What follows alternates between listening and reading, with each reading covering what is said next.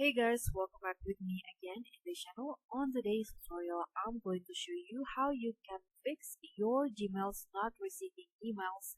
And in here, I've already opened my Gmails. And as you guys can see here, if you're facing this problem, the first thing that you can do is to check your internet connection. So maybe you're not receiving emails because your internet is off. So you need to make sure that you are already connected to Wi-Fi, for example, and you'll have internet access. And after you make sure of that, you can go to the spam folder on your Gmail, because some emails might go to spams like this ones right here. And if you want to move it into the inbox, you can just click on the message and here click on not spam.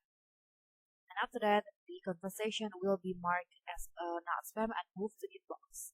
And the next steps that you can do is to turn off or disable the forwarding emails. You can go to setting, click on see all settings and tap on forwarding and pop IMAP. And here you need to disable the IMAP in here.